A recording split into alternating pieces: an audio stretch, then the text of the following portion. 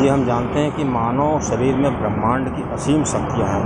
मतलब पूरा ब्रह्मांड मानव शरीर में समाया हुआ है और ये शक्तियाँ जागृत होती हैं और कभी कभी इन शक्तियों को जागृत करना पड़ता है या किसी माध्यम से अगर ये शक्तियाँ जागृत हो जाती हैं तो मनुष्य को उसी तरह के भाव आने लगते हैं, उसी तरह की शक्तियों का आभास होने लगता है जो ब्रह्मांड में मौजूद हैं और इनका संबंध जो है पीनियल ग्लैंड से ही माना जा सकता है।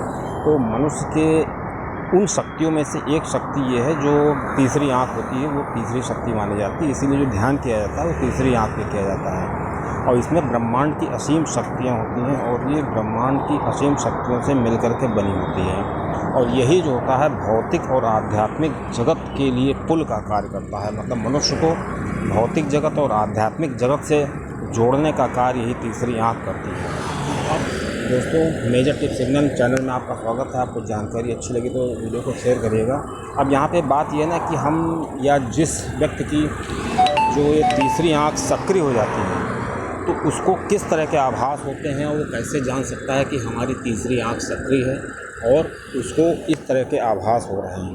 दोस्तों, सबसे पहले तो ये बता दें कि ये तीसरी आँख एक तो अपने आप सक्रिय हो जाती है, किसी किसी की जन्मजात होती है और किसी किसी में ये चीज़ जो है बाद में सक्रिय होती है, उसको सक्रिय करना पड़ता है। किसी परिस्थितियों या किसी संयोगवश ये चीज़ सक्रिय हो जाती है। तो सबसे पहला माध्यम है योग।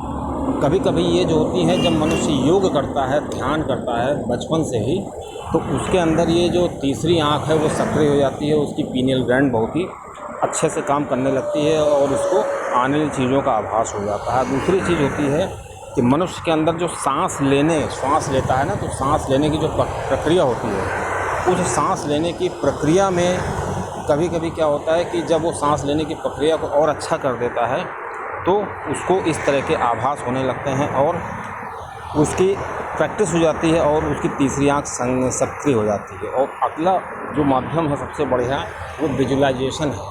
कभी कभी क्या होता है कि हमें उस तीसरी आँख पे ध्यान केंद्रित करना पड़ता है और मनुष्य जब ध्यान केंद्रित करता है और किसी अन्य माध्यम से भी प्रकाश की लौ से या केवल अपने ज्ञान से हम उस चीज़ को जो है वो कर सकते हैं, ध्यान कर सकते हैं। कभी कभी ध्यान के माध्यम से क्या होता है कि जो तीसरी आँख होती है वो सक्रिय हो जाती है।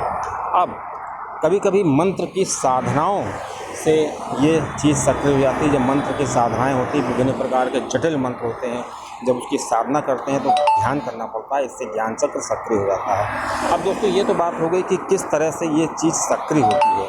अब इनके सक्रिय होने से मनुष्य को किस तरह के आभास होते हैं। मतलब सबसे पहला जो लक्षण होता है, मनुष्य की जो आभास क्षमता है बढ़ जाती है। वो हर चीज़ को बहुत जल्दी पकड़ लेता है। मतलब उसके सामने अगर कोई व्यक्ति आता है तो उसका एक्सरे हो जाता है, मतलब उसको बता देता है कि उसका भूत और भविष्य किस तरह का है और उसको किस तरह के आभास होते हैं, उसके अंदर कितनी पॉजिटिविटी है और कितनी निगेटिविटी है, वो जैसे ही उसके सामने आता है उसको ये पता चल जाता है और उसके अंदर ये क्षमता विकसित हो जाती है और वो इसका फ़ायदा भी उठा सकता है और फ़ायदा उठाता भी है। और दोस्तों, दूसरी जो संकेत है वो ये है कि वो जो व्यक्ति होता है जिसके अंदर तीसरी आँख सक्रिय हो जाती है, वो भविष्य की घटनाओं का अंदाज़ा लगा लेता है। मतलब जब भविष्य में तूफान आने वाला है, भविष्य में भूकंप आने वाला है या भविष्य में यहाँ पे कोई मर्डर होने वाला है या भविष्य में ऐसी कोई घटना होने वाली है, तो उसको इस चीज़ का आभास हो जाता है। ये सबसे अच्छी चीज़ होती है और मनुष्य के अंदर जो होता है इन घटनाओं को पहले से पता चल जाता है और वो इससे सक्रिय हो जाता है। और कभी कभी तो ये घटनाएं बिल्कुल साक्षात होती। बहुत से ऐसे भविष्यवक्ता भी हुए हैं जो अपने इस ध्यान के माध्यम से ही भविष्यवक्ताओं ने अपनी इन घटनाओं को वर्णित भी किया है।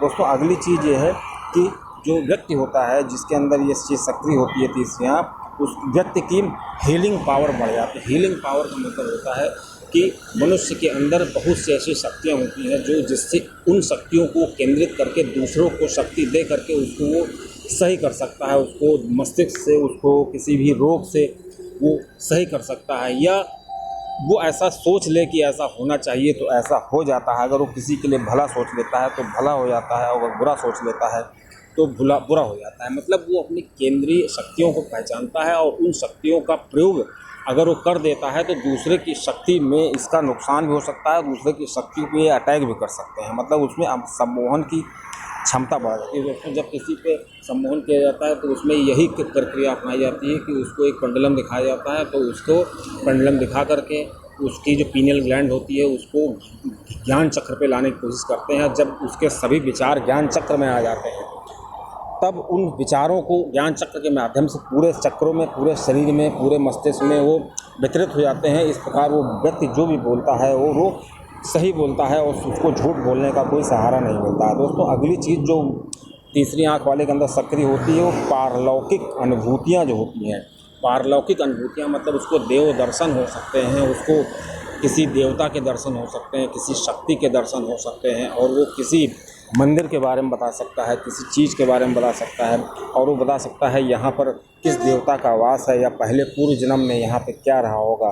तो वो पारलौकिक शक्तियाँ जो होती हैं उनका कनेक्शन ज्ञान चक्र से होता है, और ज्ञान चक्र का कनेक्शन उन शक्तियों से होता है जो पूरे वातावरण में, पूरे ब्रह्मांड में विभिन्न संकेतों के माध्यम से, ऊर्जा के संकेतों के माध्यम से होते हैं। और जिस व्यक्ति के अंदर ये चीज़ सक्रिय हो जाती है, ज्ञान चक्र के और तीसरी आँख सक्रिय हो जाती है, वो अपनी शक्तियों के माध्यम से उन जो कोड्स होते हैं ब्रह्मांड में, देवताओं के कोड्स होते हैं जो विभिन्न घटनाओं के होते हैं, और विभिन्न घटनाओं को विभिन्न ऊर्जा के स्रोतों के में होते हैं, वो उनको पढ़ लेता है, रीड कर लेता है। इससे मनुष्य को इस तरह का आभास होने लगता है। अब दोस्तों, इस प्रकार जो अगली सबसे बड़ी चीज़ है जो व्यक्ति के अंदर सक्रिय हो जाती है वो आज्ञा चक्र। मनुष्य के जो होते हैं जिनके अंदर तीसरी आँख सक्रिय हो जाती है उनकी सबसे खास बात होती है उनका आज्ञा चक्र बहुत सक्रिय हो जाता है, और आज्ञा चक्र मस्तिष्क के पास होता है। उनको अपने आज्ञा चक्र पे मस्तिष्क पे दबाव ऐसा अनुभूत होता है, उनको लगता है कि यहाँ पर कोई भारी चीज़ है। जब वो मालिश करते हैं तो ये सही होता है, उनको कभी कभी चींटी जैसा रेंगता हुआ वहाँ पर प्रतीत होता है। दोस्तों, इस तरह के जो आभास होते हैं मनुष्य को, वो ये भी बताते हैं कि उसके अंदर जो उसका चक्र है वो सक्रिय हो गया है और वो दूरदर्शिता, दूर की चीज़ें देख सकता है। दोस्तों, इस प्रकार हम जान जाते हैं कि मनुष्य के अंदर जब ज्ञान चक्र सक्रिय होता है, उसकी जो तीसरी आँख सक्रिय हो जाती है, तो उसको किस किस तरह के आभास होने लगते हैं। व्यक्ति जो होता है एक बिल्कुल अलग हो जाता है, उसकी एक पहचान अलग होती है, वो दूसरों के बारे में बहुत अच्छा बता सकता है और वो सही गलत की पहचान कर सकता है। और उस व्यक्ति ऐसा हो ज़िंदगी में कभी भी धोखा नहीं खाता है, क्योंकि वो किसी भी व्यक्ति को देख करके तुरंत पता लगा लेता है कि यहाँ पे क्या होना चाहिए। किसी भी स्थान को देख करके वो पता लगा लेता है कि वो स्थान उसके लिए अनुकूल है कि नहीं अनुकूल है। उस ज्ञान उस स्थान पर कितनी पॉजिटिव एनर्जी है, कितनी निगेटिव एनर्जी है, और उस एनर्जी को कैसे संतुलित किया जा सकता है। और उसके अंदर ये भी पावर आ जाती है कि अगर वो कहीं पे निगेटिविटी है तो उस निगेटिविटी को पॉजिटिविटी में कन्वर्ट कर सकता है। और उसके पास ऐसे ऐसे तरीके हो जाते हैं, उसको ऐसे ऐसे लोग मिलने लगते हैं, उसके विचार इतने महान हो जाते हैं कि लोग उससे बहुत प्रभावित होते हैं, और जो उससे लोग मिलते हैं वो बिना प्रभावित हुए बिना नहीं रह पाते हैं। दोस्तों, इस प्रकार जो ज्ञान चक्र जब मनुष्य का सक्रिय हो जाता है तो वो मनुष्य असाधारण हो जाता है, और व्यक्ति के अंदर वो सभी भाव आने लगते हैं जो एक ज्ञानी पुरुष के अंदर होते हैं। ज्ञान का तो भंडार हो जाता है, उसको इतने ऐसे ऐसे ज्ञान हो जाते हैं जैसा कभी उसने सोचा नहीं था। वो किसी से तर्क वितर्क कर सकता है, उसको अलौकिक और पारलौकिक सभी तरह के ज्ञान हो जाते हैं। उसको भौतिक जगत और अभौतिक जगत का भी ज्ञान हो जाता है। वो पूरे ब्रह्मांड के बारे में बता सकता है कहाँ पर क्या है, बस इसको सक्रिय करने की ज़रूरत होती है। तो अगर कोई व्यक्ति अपने ज्ञान चक्र को, अपने दिव्य नेत्रों को, अपने तीसरी नेत्र को सक्रिय करना चाहता है तो वो सबसे पहला तो काम करे, वो ध्यान के माध्यम से ऐसा कर सकता है। अगर वो ध्यान लगातार करेगा तो धीरे धीरे क्या होगा, उसको सभी चीज़ों का आभास होता जाएगा, और वो सभी चीज़ें उसके सामने जब घटित होंगी तो उसको बहुत अच्छा लगेगा।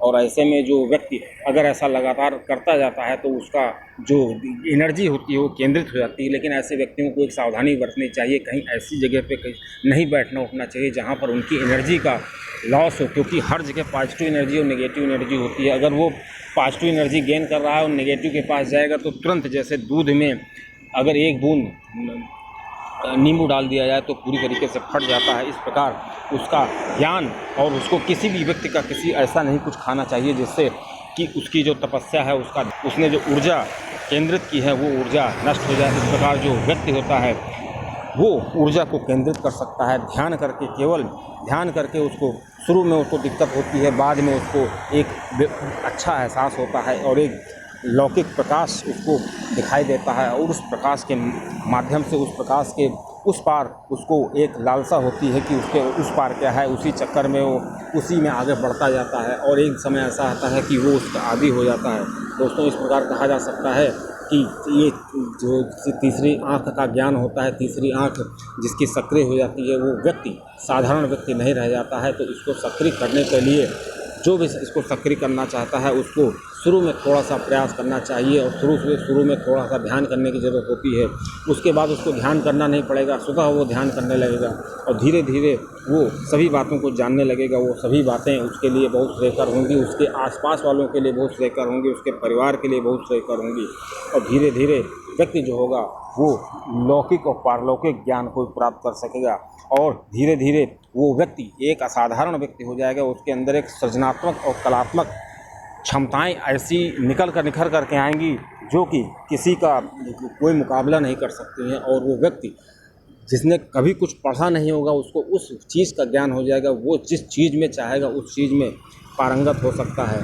बस ज़रूरत होती है ध्यान करने की, क्योंकि ब्रह्मांड की सभी जो ऊर्जाएं होती हैं वो मनुष्य के अंदर होती हैं। बस उसको केंद्रित करने की ज़रूरत है।